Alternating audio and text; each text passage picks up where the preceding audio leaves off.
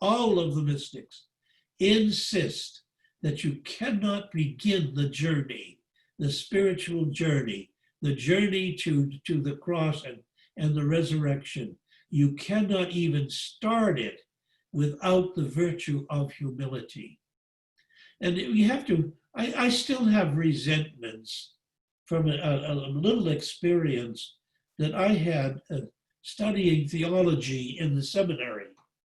And the professor, who had a doctorate, was talking, it wasn't talking about humility as such, but it came into his talk and he says, well, humility, is simply knowing where you stand and then pretending you're 3 steps below that. Well, I couldn't say anything. I was just a student, but I'm still angry about that. I mean, it showed such an incredible ignorance of the virtue of humility. And the problem is, I think many others have that idea.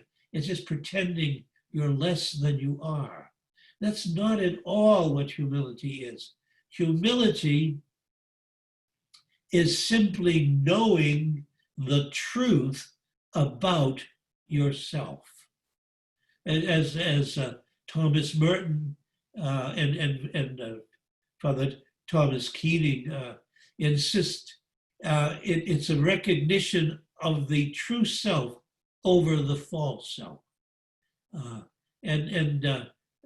We see this very strongly, for example, in Teresa of Avila in her interior castle, where she says you cannot even enter the first door of the lowest of these castles without the virtue of humility, without knowing the truth about yourself.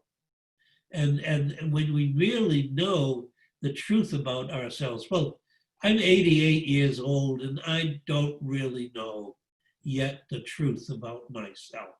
I'm learning it, and I'm learning it every year. I'm learning it sometimes every day.